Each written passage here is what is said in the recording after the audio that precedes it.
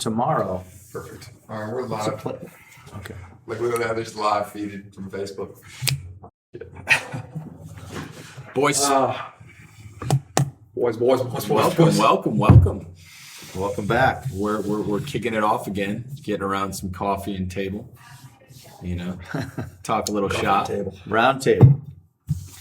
And I was just telling Rod, today was one of those days where we were talking about how sometimes you need the call. Hold on. Sorry. Do you mind? Start again. I like to write shit down. I don't know Take why I two. did it. Do I mind? Kind of. You got a minute? No, I don't got him. No, I don't get it. Boys, It's been 9 years. it's been 9 years. Now, welcome back. We're talking a little shop here, coffee table, What's up, guys? fellas. Hi. What's up? You got your hair cut. I did, man. I Yeah, you did. both got it dialed in. Thank goodness it was rough there for a minute. There's only so many times you can do the Gordon Gecko. I mean, people are going to see that. They're going to be like, wow, who is that? It's Yeah. still Brett. That's right. I feel like out of the three of us, you guys are. I'm the least trendy. I'm behind on the trends. So as far as just What an opportunity. what wardrobe, hairstyle, I still have yet. I'm 32. I think I'm 32. Still haven't really grown the beard yet. It's pretty amazing. But I was telling Rod off camera here that today we were talking about the call. Sometimes you need the call or the call needs you. Mm-hmm. Sometimes the coffee. You need the coffee. I needed the coffee this morning, and I've been on this fasting kick, and I had to throw a little something in the coffee, man. I was MCT? Yeah, I had to throw a little oil in the coffee. Do you still do the butter in your coffee? No, I do MCT. Do the MCT? Yeah. How much of it? Just tablespoon? Or? I don't even measure it. I ballpark it. I have about this stuff from On It. It's not paid endorsement, but it's got a cup. Looks like a little medicine cup that you'd use for like NyQuil. Yeah. It's about that big, and I just fill that sucker up and pop it in In the morning, So it's a coffee. It's a decent amount, yeah. But the On It bottle of oil is probably about that big. Did you get that water in before your coffee this morning? I did Good half a stuff. gallon. Yeah, that's Half a important. gallon. That's important. Well, we were in a mastermind group yesterday, and we were talking about that. Different, and we all had one takeaway, and that was the takeaway that Rob was he's going to drink more water. Yeah, So, water's important for Yeah. me. I'm not getting enough so I water. texted him last night at like 9:30. Hey, bro, you're about to go to bed. Make sure you get two big glass See, of before water. bed's tough, man, because then you're up in the middle of the night, and I don't like that. So Well, it's I was like a definitely- happy hour. You need like a water happy hour, like 3 to 6. A water happy hour. There you You go. need like Another 3 one to write 6 where down. you crush water. It's a performance hack. There you go. I agree with you that that's probably not ideal, but when your water intake is noticeably non-existent, Right. you get it when you can get From a it. color So, perspective. from a color perspective. But I stopped. I was running around, stopped on my way home. I got a gallon of water and drank half of it before bed, which was good because I hadn't had much water yesterday. And then woke up and pounded the rest of it. But I was up all night. But Secondary consequences, man. I'll take it, man. I Absolutely. automatically feel different. And you were talking yesterday about, when you wake up in the morning, you go right for that coffee.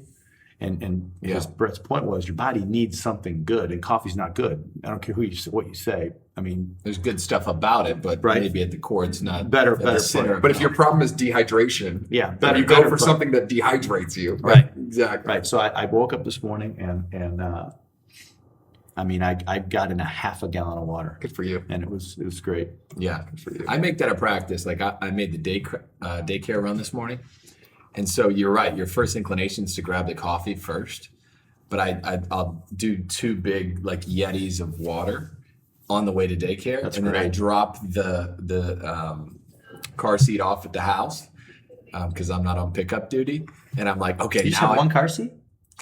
Yes, we do. It's a loaded question. We'll probably have another podcast on car seats. But yeah. So then after I've had like 232 ounces of water, like the coffee's way more. Wait, so you enjoyable. drank 32 ounces? I pound one when I get up. A full 32 ounces? And then I try to have one on my first commute. Wow, So for if you. if That's I'm a coming lot. to the You office, do that every day? Yeah, most days. but if I'm coming to the office, but I'm a water fanatic, always have been since high school. Whatever it may be, athletics. I used to a gallon a day is no problem for me. But but when I do it, I do notice. That's funny you say that because, and then I'm on the way to the office. I'll try to get myself to commute with water rather than coffee, with the exception of days like today where I commuted with coffee. Well, it's one thing that I noticed is I drank the water last night, woke up, I missed the gym yesterday, but I woke up feeling more fit. I don't know if that makes sense. I don't mean more fit, like Vital. I just Vitalized, I felt yeah. like Alive. Yeah, I was like, I was ready to line up at tight end for somebody. Yeah, no, you still could. Yeah. Brady's like 43, so Yeah, I mean, Yeah, he's not scared. not scared. I mean, I got a bad wheel right now, but I mean, it's getting better. So one thing I wanted to discuss today is this idea of growth. And there's a quote that's always resonated with me, whether it be personally or with the business or on teams. And if you guys are cool with it, I kind of wanted to just share that quote and then get your opinions on it. Sure. Heck yeah. I think it'd be a good kicking off point, specifically for, again, professionals, business owners that, growth is a word that's thrown out a lot, right? And growth mode, what does that mean? And how much should we grow? Where should we grow? All that kind of stuff. So the quote, to jump into it, and I'm going to butcher the guy's name. I think it's Craig Groeschel. The quote just says that you can either have growth or you can have control, but you can't have both. And I'm trying to think when I heard that. I think it was probably 4 or 5 years ago. But it's just one of those quotes that, like sometimes a quote or a passage just sticks with you, and it's just something that you borrow from that just seems real to you. And then as you make decisions along the path, that quote kind of creeps in and say, so for me to lead off, when I hear that, I say that when I'm really trying to control something, when I'm really trying to manipulate or change a behavior or whatever it is, it's like that reminder that, one, you can't control everything, and two, do you want to? Because what if growth was on the other side of it? I think about when you say that you first heard that, I think about where we were 4 or 5 years ago. There wasn't, we were really pressing hard for growth. And I would say that back then, there wasn't probably a lot of control over much, at least in my read of it. Every day seemed like a new challenge, a new discovery, learn something new. So to kick off this conversation, which I think is cool, I think it's interesting to think about when you learned about that or heard that quote for the first And maybe time. that's why it resonates. 4 or 5 years ago, perspective in that 4 or 5 frame. years ago, there was not a lot of definition to either one of those. We knew we wanted to grow, and I don't think we yet learned or understood that to grow, we needed to give up control in essence. Sure. I know we'll hit on that, but I feel like the every day that goes by, I feel like we have less control, which in the context of that quote is a great thing. sure, that's by design. I think that's a great thing. But I think it is fascinating, it was just a couple of us. It may have been a bunch of challenges and a lot of problems and different things that are coming up every day that you didn't know, and maybe more angst, but I at least felt in the driver's seat, you know what I mean? So at least I was in control of the situation. I might not like the outcome. That doesn't mean it turned out better. It doesn't mean I didn't have stress about it or more stress, but at least you're the one, calling the play and throwing the ball, I feel like a lot of times the majority of what's happening right now, a lot of times not the one making the call, not the one throwing the ball. So it's interesting, an interesting concept that the more something moves away from you, that's kind of like a precursor, if you will, to having that desired outcome. Which isn't that the goal? I mean, obviously, money's one thing, but freedom is invaluable, right? The ability to be able to create something that gives you some autonomy and flexibility and freedom, and the ability to allow others to step up and for them to create, which in turn should create more, which in turn gives you some freedom. But that's probably easier said than done. Yeah, I was thinking of that concept, and what we're talking about is basically moving or growing something beyond your efforts. I think of a couple of references. I think about like Michael Jordan, in the Bulls, and all the bouts that they'd have with the Pistons, and they just couldn't get over the hump. And it was more so all about Michael, and he's a scoring champ, and he's got to shift his perspective to change who he is, which allowed his teammates to come along to get past the Pistons, right? I love that you brought up the Pistons. Yeah, exactly, right. Motor Rod's City. from Michigan, and so I think about that, of him giving up control or not, in that effort for growth. And I also think about the book Cash Flow Quadrant. It's a great book. Yeah, I know we've all read that. It's Robert Kiyosaki, and gosh, some of his work is dynamite. I'm not thrilled by all of it. I'm thrilled by a lot of his work, just not maybe the delivery of some of it. But Rich Dad Poor Dad and Cash Flow Quadrant specifically talks about the difference between being self-employed and a business owner, and he has 4 different quadrants that he breaks it down to, and you can be an investor or you can be an employee. And what I gained from that book, that there's certainly nothing wrong with being in any of those 4 quadrants, but acknowledging and having awareness of what it means to be in those quadrants, and then ultimately where you want to get to. So I think what you said about growing something past you and giving up a little control is moving from self-employed to more of that business owner mindset, where it's not everything living and dying by you and your efforts, which is hard. Well, but it's funny because, like, if you sit around a round table or you're sitting with somebody, that's usually the goal, right? That's usually sounds great. I don't think anybody would make the argument that wouldn't be their choice. That wouldn't be where they would want things to go. Right. But there's a very difference between ideology and execution. I think the challenge with being an achiever is that you've learned the craft of figuring out what you want to do, and then applying some sort of discipline and volume to something, getting a desired outcome, right? And you do that over and over and over again, and a lot of times in multiple different vocations. Is that the word I want to use? Different industries, sure. different attributes, different activities, and you get addicted or get accustomed to how to move the needle, right? That's what an achiever is. But the challenge with being an achiever, I think I battle with this. I think anybody that had some reflection would say that they battle this, is the common saying that maybe nobody wants to say it anymore, but you see it in people's actions, that if it's going to get done right, it's going to be, I'm going to have to do it myself.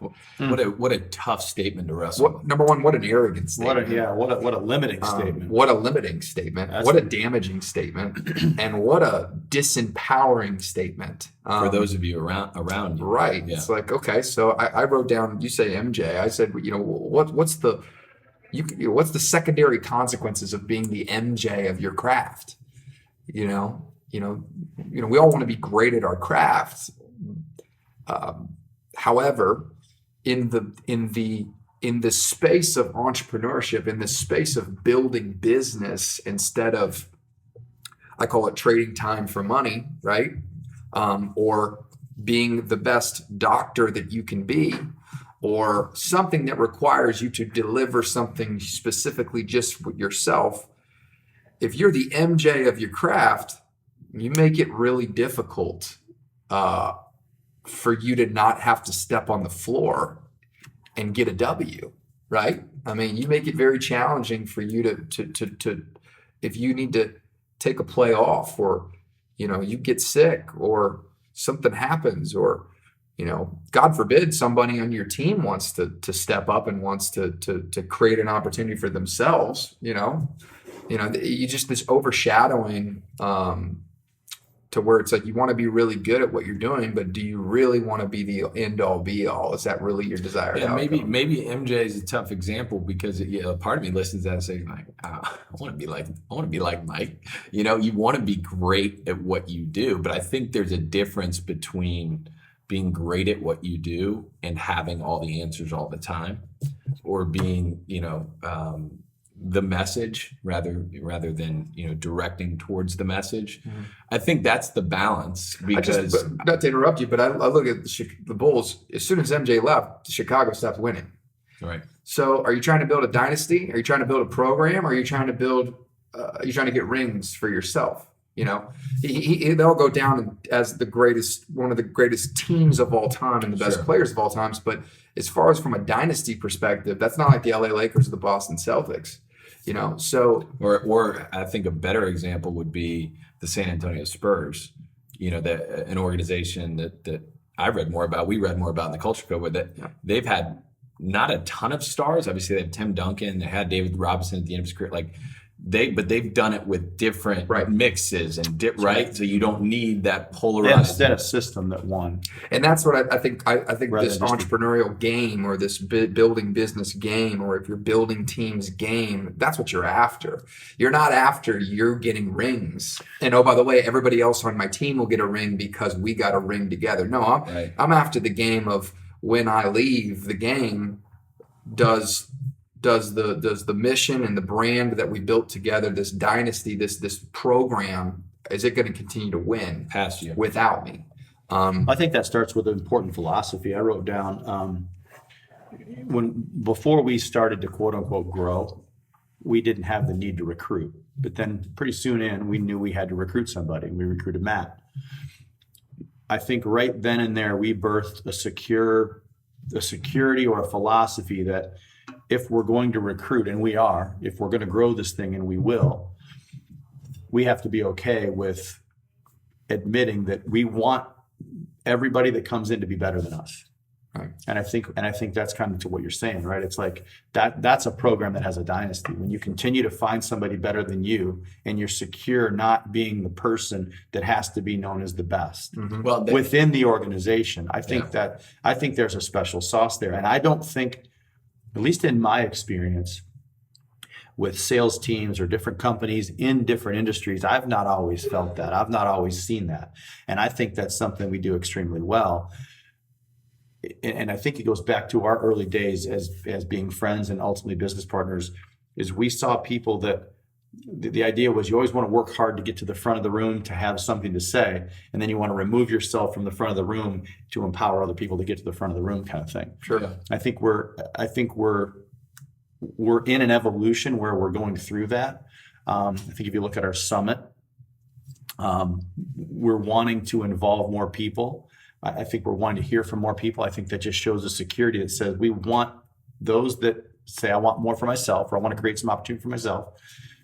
Our intention, I mean, you guys can disagree or agree if you want, but I know we're okay with people being better than us. Yeah, and I think that's where it all comes from. I think it's, to jump you back, I think to say that, I think a lot of people would say, yeah, I'm okay with not being the best in the room, or I'm okay with, recruit people and don't be the smartest person in the room. I think that philosophy, a lot of people go, yeah, that makes sense. But I think it's harder to put that in action, in tangible things. And I think that's the growth first control. Like you mentioned, Summit. Summit is basically, it's our leadership once a year event. A lot goes into it. It's always kind of been this birthing. The three of us get away. We think about where we are, where we want to go. We talk big picture, big stuff, and it's always been so cool for the three of us. And for us specifically, it went to 4, and then last year it was more core, where it was 6 or 7, and you're trying to bring people along and expose them to what it takes to run an event, what it takes to set up, what goes into it. For the people that choose that they dig that and they want the opportunity to be able to do that. But I think that's not an easy, I think your initial reaction when you think about that, you go, easier said than done, like you said, because I think it's easier to control. Like I'm the best, I'm going to teach it this way, rather than an understanding of like, hey, let's just come along together and we'll learn from each other. And here's some things that, does that make sense? Well, to your point, I think yes, there are some. Yes, all of us have a piece in us that say, "Man, I want to be the best." I don't.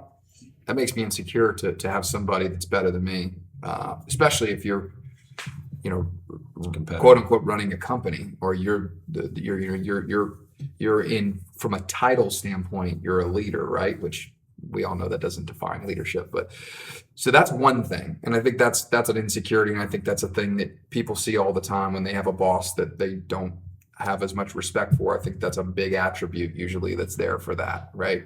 But then I think there's also, which I think is the majority of the case, which is it's challenging to let go of that control because of the fear and the threat of the result that you might get from it. The breakout sessions were perfect examples. So this year, this past year at our leadership summit, as a way of letting young leadership come up the ranks and participate and start to I look at it as like kind of introing the call. We talked about it in the past. Right. Maybe you don't run the call, but you intro the call. So this year we have breakouts, and some of that young leadership did those breakouts.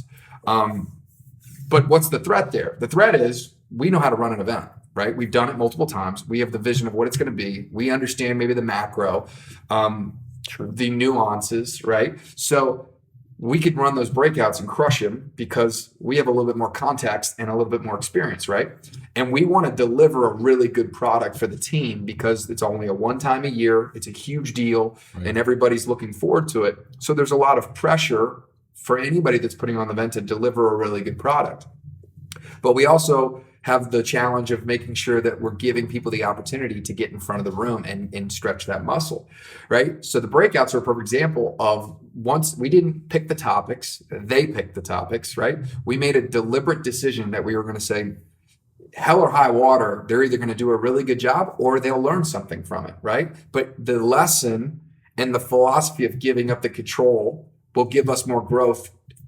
Either, it doesn't matter how it turns out. Good or bad, that's right. Good or bad, Yeah, right? Yeah, it'll give them more growth. And it'll give, Well, that's absolutely, yeah. right? Which is the whole game, right? So, but think about that for a second. I know the angst that we have felt, and I'm not the only one, I can't be the only one, is, man, I could really just do this real quick and it wouldn't take that much time and we could deliver something really good and then I know it's going to be done right, right? So think about it. We all have a little bit of that arrogance in us. Ego, for sure. Right? We all have a little bit of that. But giving up that control, and it turned out to be unbelievable. Those guys absolutely crushed it. They probably did a better job than we would have done, honestly, because they put way more time into it. They were extremely thoughtful. They took it for the opportunity it was, and they made it a 10 out of 10. And it was amazing. But the real threat there is a real threat. Right. And are you okay with the downside? Because we made a decision, we were okay with the downside because on a long term, we were like, no, it makes sense for us to do that. Let's talk about a customer, for example, right? In any business, you're going to give up control to maybe somebody that doesn't have as much seniority as you or experience as you. As a downside of giving up control in the short term, they might not do as good of a job as maybe you would do. This is applicable in any business. This is applicable on any platform, vocation, anything you're talking about of being able to give up control. So I don't think it's so much the, I don't want anybody to be better than me. There's definitely some of that, and those are toxic situations, and I'd just say run from those. But I don't think anybody listening to this would call themselves that person. You wouldn't be listening to this podcast if you were that person. But the real enemy is the threat that says, man, I care so much about this customer. I care so much about the product delivery. I care so much about the experience, because we all do, that if I give up control and I let somebody do this, what if they mess it up? What if they don't do as good of a job? And then it becomes this game of stomach that says, I'm okay with losing a battle as long as it helps me win the war. Sure. And maybe I can put strategies to mitigate against them completely dropping the ball. And I'm going to help them along the way. And as they go along the path, maybe I start to give them more control and more control and more control. Maybe it's not just to flip the switch. That's a leadership style thing. But I think the real threat to anybody listening and to us is not the ego. I think that's just, it's always there. But I think the real threat is to not understand the long game and to think so much in the short term of, well, what happens if it doesn't go exactly how I would I think it would go? Yeah. I'm reminded, and I laugh about it inside. I remember when we put one of you guys put Matt on an important call to make a sale on an auto policy. Yeah, I remember that. Remember, there was a lot of conversation back and forth about, we're the ones really that are driving sales. We're having the conversations. We're asking the buying questions, and then we're packaging it all up and buttoning it all up. And pretty soon, I think it might have been you. It was you, and you said, "Here you go, Matt. It's your turn." This was a big policy, and at the time, I think it was a policy that would have mattered. Yep. I remember this like it was yesterday. I I know know the client. I know the Yeah, premium amount. and I I know everything. I think what was funny was Matt's reaction was, "Man, I'm not ready to make that. Right. I'm not ready to make that call. I'm not ready for that conversation." I get goosebumps. I think about Remember the Titans. I think about Ronnie Bass. I'm not ready to make that. I can't make that pitch, right? But yet he gets called upon, and it was his turn to grab the baton and run with it. And that's actually what Matt did. And you can fill in the details on the conversation. But what I like the most is that I remember vividly, we were so not privately. We probably wanted that policy to be sold, but we never said it. It was always publicly. It was always get a rep and have the conversation. If you get the sale, great. That's not the point. The point is you're going to be uncomfortable. Your heart's going to get beating.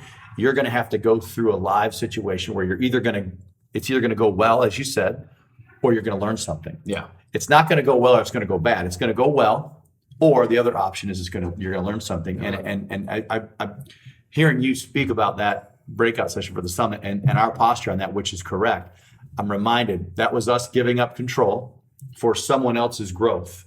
Could have been monetary growth if we sold the policy, but more importantly, giving up that control meant that was a pivotal moment in Matt's development and growth. 100%. And then I think of two things is like, what if you ask a better question?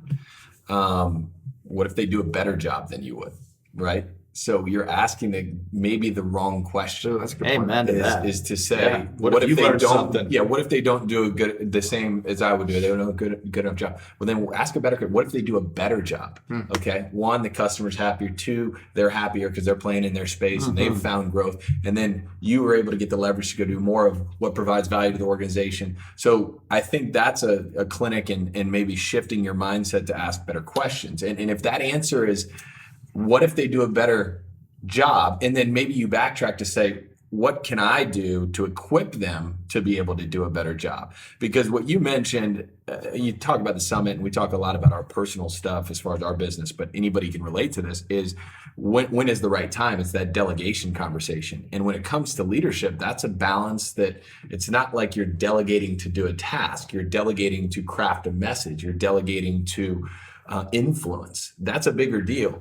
And so when I think there's 3 breakouts. Yep. And by the way, side note, man, Matt's a special dude. So hats off to him because we can take any credit out of anything we've done. Yep. Man, that guy's a special guy. And I think about that all the time. But I think he would say that's a pivotal moment for him too. That's Sure. what's cool about that. Yeah. And before you hit the breakouts, I remember what his specific thing was that he said when he was handed the phone. What if I lose it? yeah. He was thinking, well, what if we don't get it? I feel like he even said we need this. Yeah, Something to like that extent. And it was like, no, Yeah. you know. But it's like there's also the inverse of you got to have enough belief by giving up control that it's the best outcome, because you're going to have to sell the person to move into this growth role or this activity that they don't really believe they can even do it yet. So if you're not sold on the fact that it's good for the organization, good for them, good for you, They're going to feel that. you know, they're going to feel it. Sure. Because you got to transfer that belief to them, because that we're assuming that person wants to step up. We're assuming that person wants the ball. They want the ball on the macro level when they talk to you in a boardroom, but do they want the ball when the person's on the phone, you know, and they're waiting on hold? That usually takes some coaching and some cheerleading, right? So what a great reminder to make sure that you understand the big picture. But that's why I think it's easier said than done, because that's when you need a sale, right? That's a philosophy. Oh, man. There's abundance That's versus, a whole nother versus conversation. scarcity, right? Yeah. And so if you didn't do the work on philosophy, you say, yeah, we need the sale. Give me the phone. No, you know, we're going to. So I think, again, that's one of those easier said than done thing. When there's money on the line, when whatever it is that you do, it's easier to talk about it than it is to actually give somebody the phone. Well, And say, I'm okay. I'm relenting control for the growth. Not I'm just relenting control. No, here's the phone. Yep. Well, and I think that's important Yep. because again, I'm extremely proud of this. We've never needed sales. It's not to say we're here to move product. Let's be honest, but we've never said we have to make this sale because we have to make this money. First of all, in sales, people know what your motives are. People know if you're just out for the commission or you're just out for the payday. And I've always felt strongly about whether it's myself or it's people that have been on my team. I don't want any part of those people. Of course. I don't want any part of those people. So to me, giving up that control was an opportunity for personal growth or professional growth over growth of an organization. And I think that's important to point out that difference. Here, we're strictly talking about the growth of people. Our whole identity, the whole definition of our company is to find people, go where they are, and develop them into leaders. So I wrote a couple bullets down. Recruit, train, delegate, empower, and then lead. And there's a tactical part of that where we talk about timing. And I go back to the breakout because we went on a side note, which is beautiful. That wasn't the first time they had stepped up to lead, right? So let's not get it twisted, because I think that's where delegation sometimes goes wrong. The best, how it's been put to me that resonates is the delegation rope, to where you're letting a little rope out. Do they take it? Do they like the rope? Are they pulling on that rope? Okay, then you let a little bit more out. They do a good job. Such a good They do a really good job. Yeah. They want more. They want the ball. Okay, then you let more rope out. And eventually, if you've invested in the relationship, you've invested in the training, you've built philosophy, you've empowered, you've learned from them, then that rope is longer. Mm-hmm. And but to come in and say, okay, we want to give up control for growth, and it's your first month on the job and we're going to have you lead a breakout session. Right. That's what we talked about the call and the intro and just baby steps within a platform. And so with the summit specifically, a lot of that work or a lot of that conversation or investment on their end and our end had been done to where you say, you know what, I am relenting control, but they are ready. They may not know it yet, but they're ready. Well, and So, I think they're ready is underscored by the fact that actions have shown they've earned the opportunity to have the swing of the bat. It wasn't their first time leading, no, but I mean, they had done things and they had acted in certain ways that would say that they had earned that right. They had earned that right to step up in front of their fellow teammates. Yep. and share their experience or share something that was passionate to them. Again, you said they created the subject matter, and they did a great job. What was the subject matter? The first one was what is your why? Tori did productivity. Eric did what was your why? Yep. Tori did productivity. Maddie did empathy. Matt did empathy. And these are With three empathy. subjects that, whether they were 100% clear to them, I think they would agree, or whether they felt this is my space, this is where I'm good at. I mean, to watch them, like you said, put the time in. I know in Eric's case, it helped leading a breakout on, and you talk about, shout out to Matt, all three of these guys, shout out to Tori, shout out to Eric, shout out to all three of them, because I think it's very easy and comforting to say that they had earned the right to have these opportunities. But I know that through Eric preparing to lead a breakout on what is your why, it helped him get clear on what his why was. And that was how amazing is that? Teaching knowledge. Right. I mean, absolutely. How amazing is that? So, I mean, By the way, if you're listening to the podcast and you hear, you're gonna hear that a lot. Because when somebody makes a note that hits, That's yes. you're waiting for that.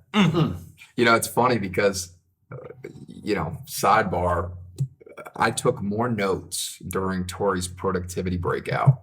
I mean, I could not take notes fast enough. I learned so much. I remember having conversations with him beforehand about his worry about his posture, coming from a place of, have I really earned an opportunity to tell everybody else how to do something? Which is a normal reaction. That's a reaction you want. I mean, if you're a leader, Sure. somebody's coming to you and you've asked them to do something, that just shows some humility, and you right. want that. But I remember saying, look, man, you can be good at a subject but also not have to be a quote unquote guru. It's okay to say, look, I'm bad getting better, or I'm good getting great, or I'm working towards outstanding. This is a work in progress, because it always is. However, you have to know enough to be able to deliver value, and you have to have done it to be able to deliver some experience. Otherwise, you're just opening up a dialogue, which sometimes that's okay too. Sure. But he's one of the most proficient from a productivity standpoint person in the organization. He had definitely earned that opportunity and that platform. But it's just funny, it comes back to the belief standpoint, right? It comes back to being able to transfer that and say, no, you are ready. This is why, and giving people the big picture. And so what a perfect opportunity for them, but what an even greater opportunity for the whole organization. I think about that platform specific to the opening that you gave. If you're a boss and you play boss, you don't want people better than you. And this is my opinion. Now, there are times you have to play boss. There are times you have to be the boss. I don't mean that, but I'm just saying when you're the person that walks around with the ego, I think you've said it before. You're the boss because nobody can do the job better than you. So you're the end all. Right. But when you're the leader, or in our case, the servant leader, because that's how we all lead. Aspire to, at least. Absolutely aspire to, right? I got plenty of chip on my shoulder that I try to flush out every day. Don't get it twisted, man. Well, but I mean, okay, so aspire to, that's fair. But I just think to myself, everything you said, train, delegate, empower, lead. A boss doesn't care about any of that stuff. A boss says, here's the list of the job. Here's the job. Recruit Do and it. train. Yeah, recruit and train. That you're missing the lead, empower. Yep. The rest of it, And empower to me is the most powerful part of that. It's like when you really talk about leadership or aspire to be servant leadership, you're talking about developing people, I think, to continue that trend. So empowerment to me has to start with people that are secure, with other people being empowered. yeah, and I think you guys have mentioned it a couple of times about ego and the balance between being a boss and a leader, and however you want to define that in your own frame of reference. But I think the balance between vulnerability as a leader and then ego, I think that's a balance, right? There's a difference between having a confidence about what you do and knowing that hey, I am pretty good at what I do. But there's also, like you mentioned, I think one of the challenges when you think about Michael Jordan, he's so unbelievable. It's hard to find. The guy plays 36 holes before a playoff game, and and he still delivers, and he's the hardest worker. He's just so unbelievable that if you're looking at it as a teammate or you're coming up the ranks, you're like, gosh, I mean, freak. There are a few people that truly wanted to be like Mike because what it took to be Mike, Yeah. except for the Kobe's of the world, man, or rest in peace. But he's a guy that was another one of those guys where it's so hard to get your level of saying, I can't do that. I can't get there. So maybe I don't start. And I think what can be missed, especially when, you're in the relationship business and the leadership, is the vulnerability part. Because when you share that you may have a lot figured out, but that you don't have everything figured out. And even more so, there are more things that you don't know than you do know. And you can share that in a way that still oozes confidence. I think that's where you start to get people that say, okay, yeah, I really respect Brett and Rod for what they do, but they've shared that they do struggle in these situations. And I know that I can, you know what I mean? They have more of a belief of what they can bring to the table, and knowing that you're not perfect. You're not, they can still exceed past those expectations. So I think about that a lot, is the balance between vulnerability and ego, and how you articulate that and how that oozes through. Yeah, and it's like what's interesting is how do you grow, like from an organizational standpoint. I think there's the more normal way, or the more path taken by most, that just happens to be our natural instinct, and I don't know why, but I learn it, I become really good, and then I teach other people to do the same thing, right? So, Right. And then we do that as many times as we possibly can. until we hit some sort of roadblock. And hopefully at that point, I'll have figured out a way to become better. So then I can teach that organization the new stuff that I've learned to get better.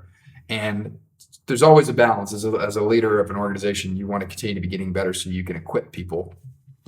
But then there's the other school of thought that says, man, I'm not taking on that pressure. That's way too much pressure.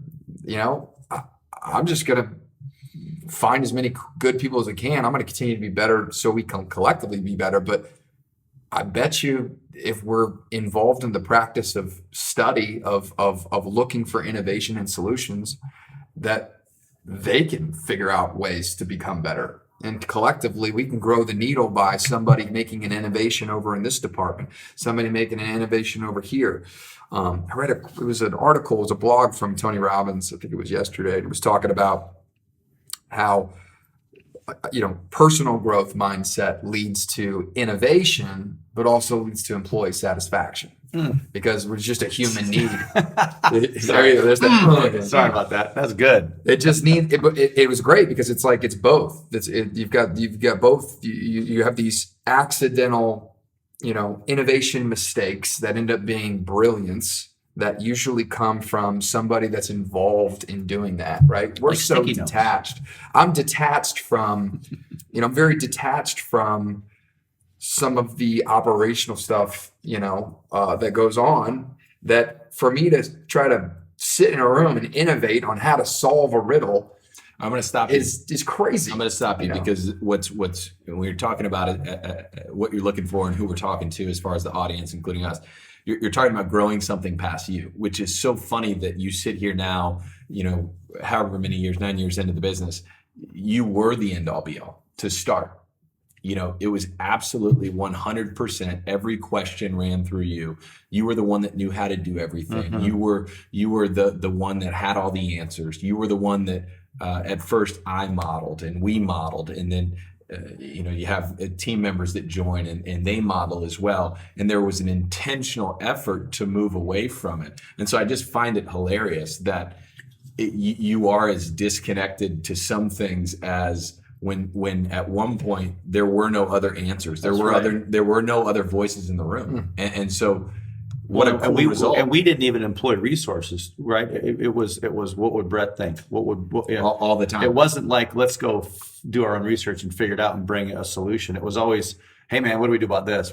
Especially when it was from a technical insurance perspective, because and it was like how to be an agent or how to service policy and all that stuff. It was just like every answer stemmed through. So I think about what would it look like if you didn't relent the control, right? What if it looked like if you went the other way? I can't imagine our business partnership, this organization, and that starts at the very, very top, to say everyone that feels that empowerment, everyone that has the opportunity within the innovation, you and I included.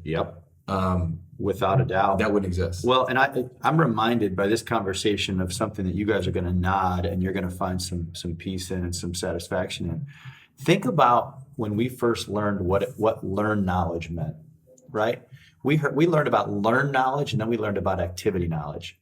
And that's simple, right? Learned knowledge is you read something in a book on how to do it, and then you go do it. So you've got learned knowledge from the book, you've got activity knowledge when you go actually do it. Then you come back to learned knowledge, and it's the same message, but it hits you differently because you've been through the activity. And you spend time in that phase toggling between learned knowledge and activity knowledge, learned knowledge, activity knowledge. Now what's the next level of knowledge? Teaching knowledge, right?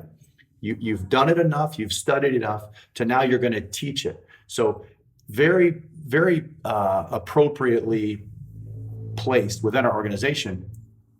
Start with you. You learned it, then you went and did it. Then you went and learned it. Then you went and did it. Then you went and learned it. Then you went and did it. And Taylor happened to be the first person. The next knowledge is teaching knowledge. Taylor happened to be the first person you taught it to, right? So now Taylor starts down a path of learn knowledge, activity knowledge, learn knowledge, activity knowledge, becoming worthy of someone who can teach. But now what are you doing? You're moving into the fourth level of knowledge, which is modeling knowledge, right? Learned activity, learned activity, learned activity. Then you become the teacher, and then you become worthy of being modeled.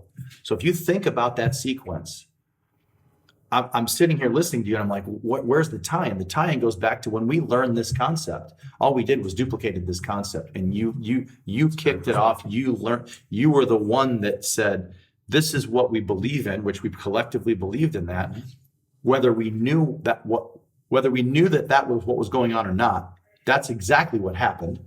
And ultimately now, through every level, through every position, through each department, it started out, think about Matt. Matt started learning it, learned activity, and then Matt started teaching Tori, right? Same thing is now happening on the commercial side. 100% of it came from you going through you, Brett, going through it, and ultimately being the person that was being not modeled, exactly to your point. And then each time it's left the person worthy of being modeled. This is what I think is the most neat, most cool. That's when the progression has happened. That's when the innovation has happened. That's literally what I just wrote down. Yeah. That is when the innovation has happened. So think about how you left it for Taylor. Taylor made it better. Yep. Taylor left it for Matt. Matt made it better. Matt left it for Tori. Tori's made it better. It's now playing out that way in the commercial side. To me, that is the epitome of there are no egos driving us here. We just did what we did. Yep. We were humble. We welcomed. Well, you're not actually. You can't be humble if you say you're humble. That's true. It's by definition. I like that. Yeah. Okay, so I stand corrected. I don't know another way to put it. I'm not humble, but no, I hope I am. But I just think about how cool that is. There's the technical definition. I mean, leave it to Rod to come up with something technical to add to this conversation. That's typically not my space, but there it is, right? And it started with you, and now it's getting passed on. It's come through each one of us in our own way. To me, that's what's fun about saying you've given up a little bit of control for the growth. And you're seeing that play out through innovation that is being absolutely, and you even said something that was cool that I threw in a little comment. Sticky notes was a innovation that came from a mistake, right? You know that story. Yep. That's what, so to your point, a little bit of innovation that may or may not have been intentional, but sticks. I just No pun intended. No pun Well, I intended. wanted to share too. Yeah. We're sitting here, and obviously Matt's going to get a lot of shout outs on this because he was there in the early days, and a lot of this is what has birthed and come from it. But I was that before I was the one that handed him the phone and said, no, you sell it. Because guess what? Brett did that to me. I remember sitting at our kitchen counter. We both lived at our parents' house because we, didn't have much money, and our phone system was, hey, you know what? Yeah, let me see if Brett's available on my cell phone. Let me put you on a brief hold, and I hit the mute button, and there's hold. I'm gonna go ahead and transfer you.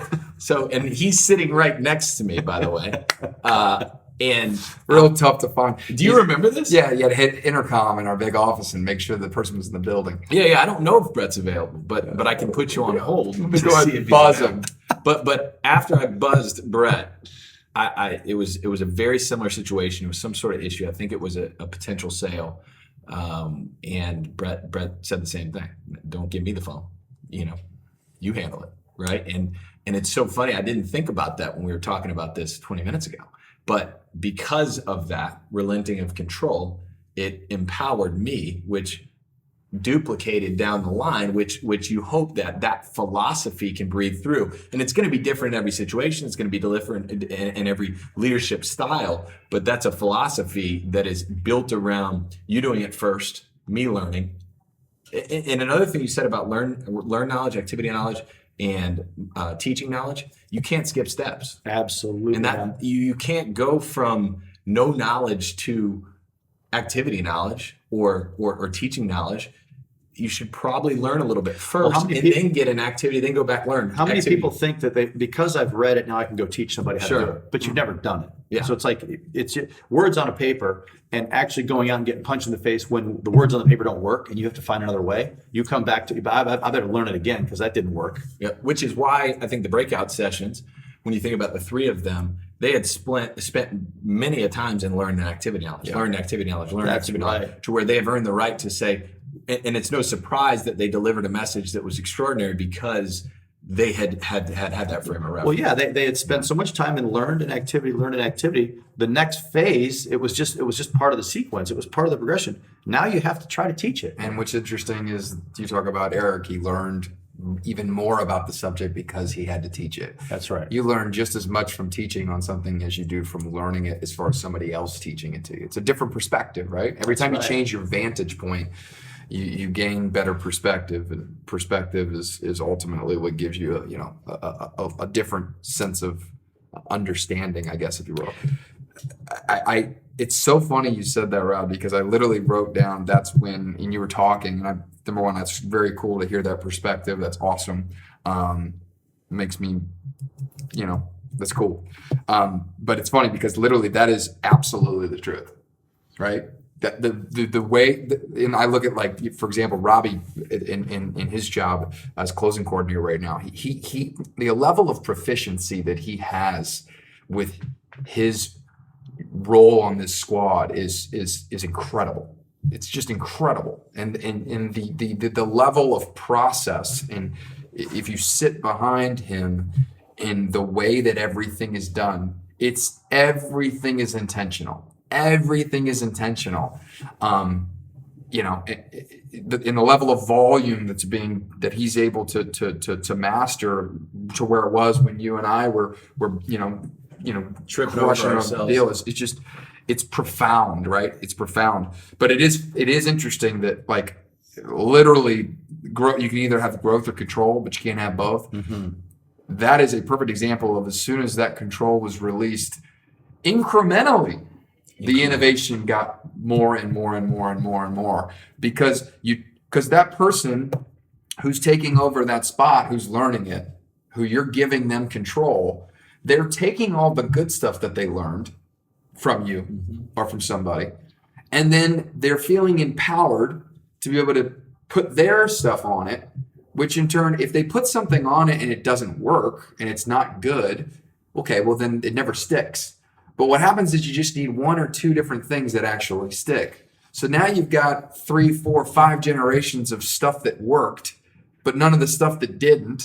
It's almost like it flushes out the stuff that works, as long as you have a self-aware culture, as long as you have a culture that's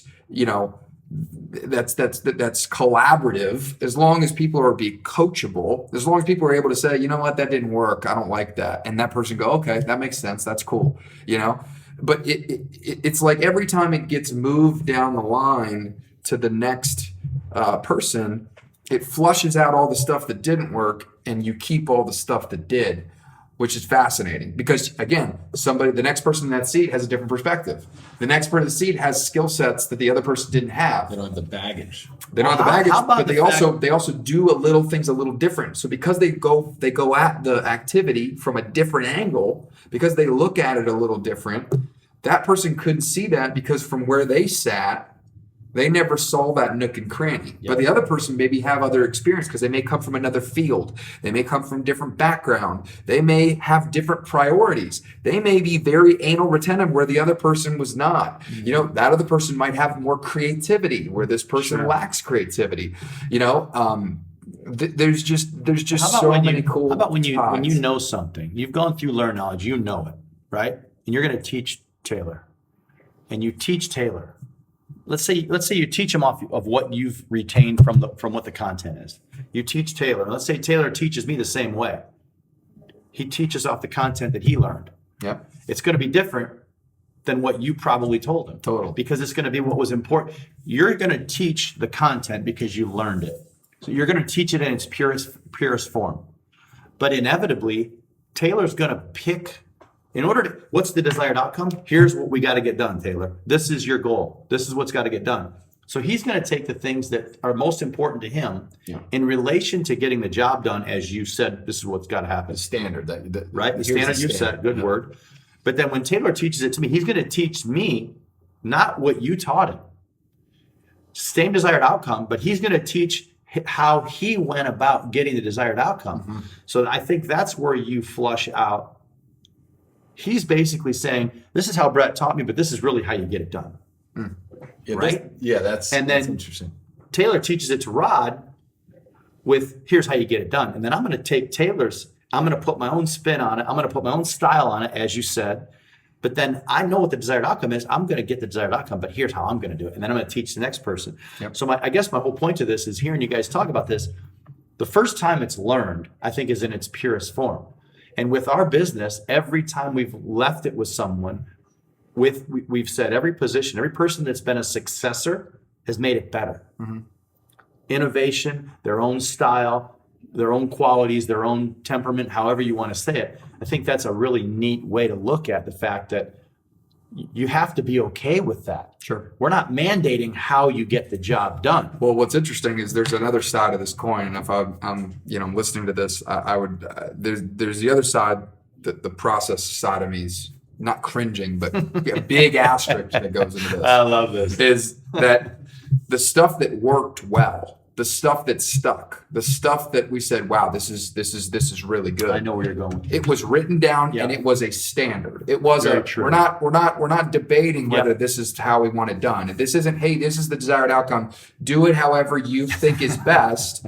This is how I did it, but you can make it better. So just fly, pelican, fly. On day one. No, it's look, this is the process, this is what works. And then they go, hey, I know you flagged this in Outlook like this, and I know you do this, but have you ever thought about maybe doing it through the management system? Because there's this tool in the management system that allows you to only do one step instead of three.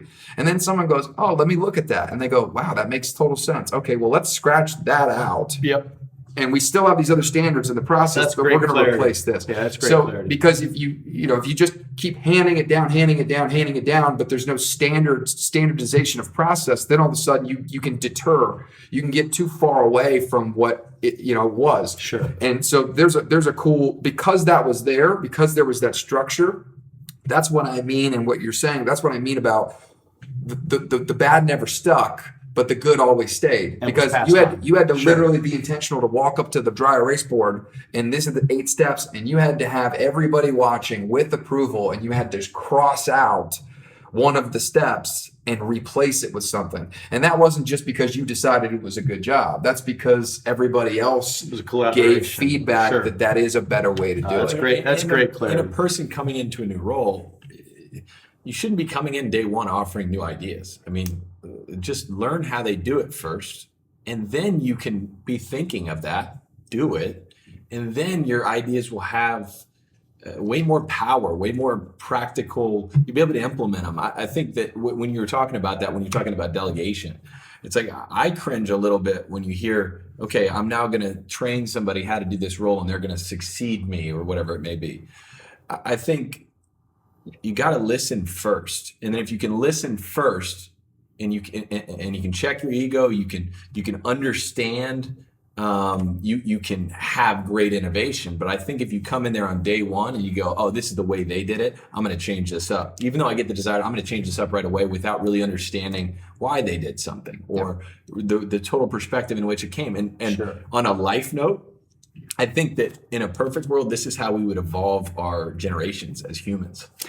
I get so frustrated with the conversation about millennials and baby boomers and Gen Xers and all this different stuff. And it's like, if we just looked at the things that our parents or our parents' parents did really, really well and took the ones that stuck, and then we allowed innovation or us to implement stuff that just no longer makes sense in that world, I think we'd be way better off than rather than saying everything our parents and their parents did is wrong and we're going to do this way different. Mm-hmm. I think that as we evolve as species, I think there's a little bit of that's a little innate that coming to learn activity and then to add our own spin that makes sense still. I think it's like But don't you think that's a perfect example of somebody going and skipping the activity and going straight to the teaching? But bro, like you've been a parent 6 months. Don't tell, it's like me coming in. Absolutely. And it's like, oh, hey, my parents telling me,